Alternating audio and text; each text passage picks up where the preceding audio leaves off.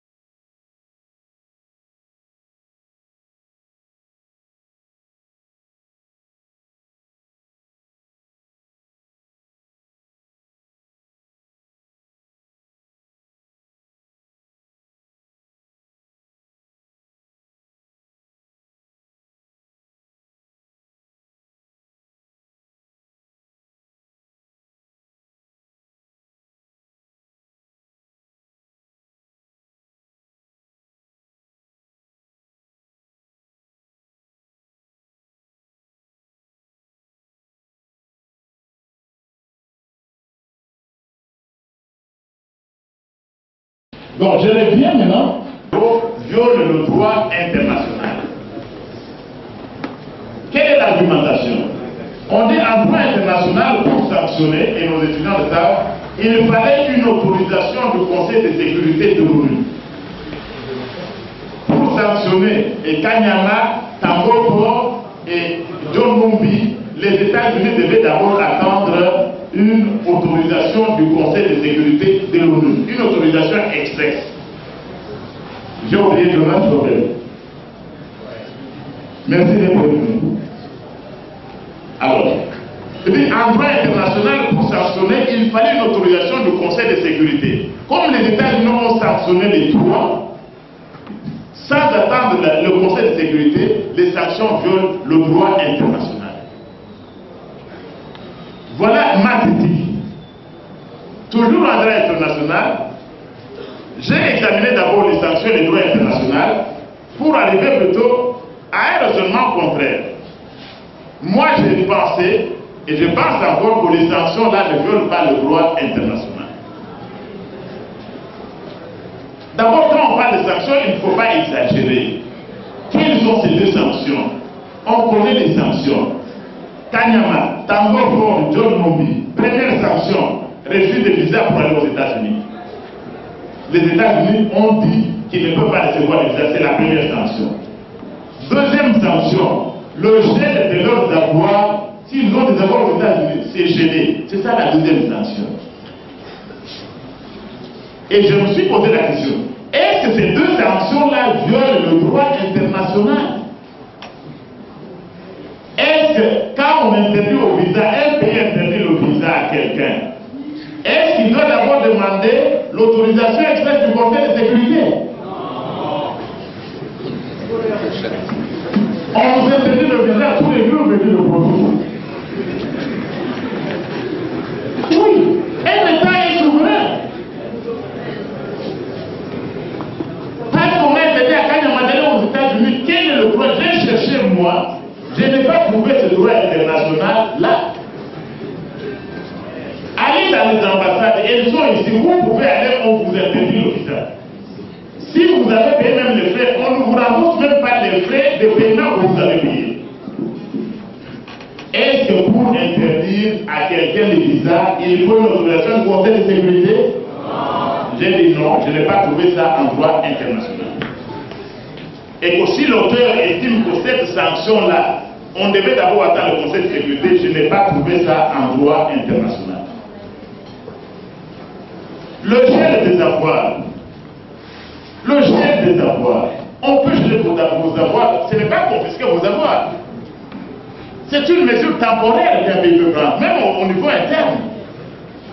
Mais pourquoi est-ce que violer, geler vos avoirs, s'ils en ont, ça devient, il fallait d'abord attendre le Conseil de sécurité. Je n'ai pas approuvé le même point de vue en droit international.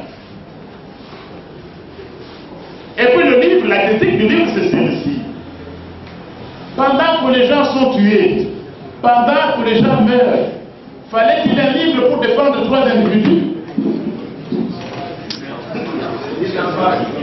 Fallait-il faire un tel débauchage de l'intelligence? C'est un problème. Quand des milliers de Congolais, leurs droits sont violés, n'ont même pas mangé, ça ne pourrait pas intéresser vraiment l'intelligence à sortir de son cadre. Donc voilà un peu ce que je disais. Et autre chose, le livre va plus loin. Il était chez des comme vous l'avez pas dit. Beaucoup de gens ont lu le livre et après ma critique. Maintenant, je vois dans le livre, on vous dit que les sanctions là sont condamnables. D'abord, parce que ces sanctions touchent le président de la République lui-même. Les sanctions contre Kanyama touchent le président de la République en personne. On voit que derrière ces sanctions, c'est le chef de l'État que l'on cherche. C'est écrit sur plusieurs pages. Qu'est-ce que le président de la République vient faire là-dedans?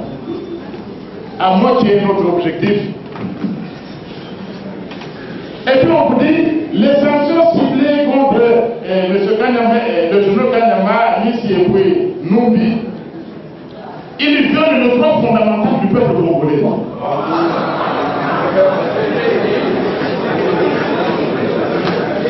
Je ne suis pas moi, fondamental du peuple congolais. Ce n'est pas fini. En fin de compte, les sanctions contre les trois généraux violent les droits du gouvernement congolais. Est-ce que ces ennemis sont devenus le peuple ou ils sont devenus le gouvernement ou l'État? Et puis il faut dire ici, on évoque le cas de l'affaire Yerodia à la Cour internationale de justice. Mais Yerodia a été ministre même des Affaires étrangères. Il a des immunités, on sait qu'en droit international, les immunités sont reconnues à ces gens-là. Il a des immunités diplomatiques. Donc c'est un peu cela qui a provoqué la critique sur le plan du fond. J'estime qu'il ne fallait pas une autorisation express du Conseil de sécurité et que le pays doit, s'ils veulent pour sanctionner, il y a la réciprocité. Si vous estimez qu'ils ont sanctionné les droits, mais le gouvernement congolais peut sanctionner Donald Trump.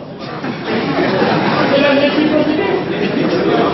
Quand il a pris un président au Irlandais dans les États-Unis, nous pouvons aussi comme un État souverain sanctionner au nom de la réciprocité, sanctionner le président américain. Donc c'est un peu cela, sur le plan du fond de l'argumentation, sur le plan de la forme, parce que je parle à nos étudiants, et ça doit aussi les assister, c'est beaucoup de faiblesses.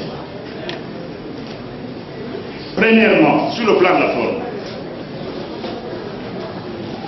Quand vous avez cité les auteurs dans un ouvrage, dans la table des matières, reprenez tous leurs noms.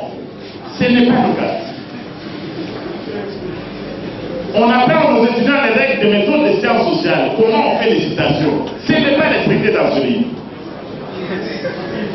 Et plus grave, dans ce livre, je ne sais pas si c'est le collaborateur ou qui, on va copier le paragraphe d'un maître de conférence de l'université française qui écrivait un article en 1992. On met ça dans le livre, il n'y a même pas de référence. Et ça, ce n'est pas conseillable parce que ça s'apparente au plagiat. Et il faut attirer l'attention de nos étudiants. L'Internet est maintenant, vous pouvez trouver tous les articles sur l'Internet. Quand vous prenez mon article, vous ne commettez aucun péché. Ça vous enregistre Popundelo, d'après Kabange, d'après Mbata. Mais ne prenez jamais les paragraphes entiers de quelqu'un, vous ne vous les appropriez comme si vous les appartenez, et vous ne le citez même pas. C'est très grave. Ailleurs, un président allemand est obligé de démissionner. Et dans d'autres universités, on vous chasse. Et il faut que nos étudiants évitent le plagiat. La plupart des travaux qui sont faits dans les pays touchent au plagiat. Mais pour l'essentiel, quel est l'intérêt? Le livre, au moins, a un intérêt. Le livre de Mampuya a l'intérêt de nous amener à réfléchir sur les sanctions en droit international. Ça, c'était l'intérêt scientifique. Mais pour le reste, voilà donc la critique que j'ai pu faire sur la théorie du droit international, sur ce que le principe du droit international prévoit, c'est la rétention, aucun problème individuel. Parce qu'ici, même quand on va en science, on trouve des problèmes individuels pour rien. Aucun problème avec mon aîné. Je l'ai déjà fait la rétention pour le pauvre Zongo, là, ça ne provoque rien. Donc, c'est comme ça que la science évolue. Je suis sûr que les auteurs reviendront prochainement avec un autre ouvrage. Pour faire les citations, ils vont réfléchir deux fois. Quand vous écrivez, on sait que les gens peuvent savoir qu'on a copié ailleurs. Ailleurs, il y a même des machines. Je vais dire la formatrice. Je peux prendre votre travail de mémoire, je le mets dans une machine, on fait sortir tous les cas de classe. On dit, tel article appartient à tel, monsieur. Tel article, c'est comme ça, on ne fait pas. Ce sont des machines, on ne met pas les gens dans la faculté de trouver nos détails. Mais du moins, c'était un ouvrage intéressant et ainsi de suite. Mais sur le plan scientifique, voilà la critique que j'ai pu en faire. Je vous remercie de votre attention. Je vais répondre à quelques questions. La première question, la question des sanctions contre les droits généraux. que c'est un problème de droit international? Mais vous avez raison de vous poser cette question. Parce que justement, pour les Américains, ce n'est pas un problème de droit international. On applique d'abord, c'est la loi qui régit le trésor américain. Ça ne fait pas des affaires étrangères. Pour les Américains, ce n'est pas un problème de droit international. Mais nous, on en a fait un problème de droit international. C'est ça, c'est tout le problème. On en a fait un problème de droit international.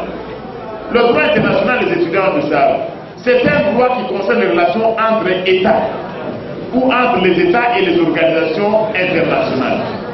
Maintenant, entre les États-Unis et Kanyama et Tambofort, où est l'État? Donc, on en a fait un problème de droit international. Parce qu'on vous a dit qu'il touche à Kanyama, qui touche à Tambofort, touche au peuple congolais tout entier. Ce n'est plus le cas. Et les sanctions, là je suis d'accord avec vous, il y a des sanctions juridictionnelles. Vous faites un livre, vous êtes communicateur de la majorité ou conseiller au culte de la majorité. Proposez-leur le droit pour qu'on annule ces sanctions-là. Dites au gouvernement congolais, voilà, c'est du sort telle juridiction internationale. Mais ça ne se trouve pas non plus dans le livre. On aurait souhaité qu'il y ait cette proposition, voilà, comme le droit est volé, voilà les mécanismes. Ça n'y est pas. Et je vais répondre à la question de Daniel Safou. Je parle. Daniel Safou me dit qu'il est totalement contre moi. Et moi, je vais répondre en disant que je suis également totalement contre lui. Moi, je dis que quelque part, le livre a un intérêt. Daniel Safou dit que le livre n'a pas d'intérêt. Je lui démontre qu'il a un intérêt théorique important. Quel est l'intérêt de ce livre? C'est vous permettre comment les intellectuels peuvent changer. Ils peuvent devenir maîtres dans la politique de l'échelle des bottes des dirigeants. C'est un intérêt ça vous permet de savoir comment justement on peut évoluer sous le coup de la corruption, comment on peut devenir tambourinaire du pouvoir.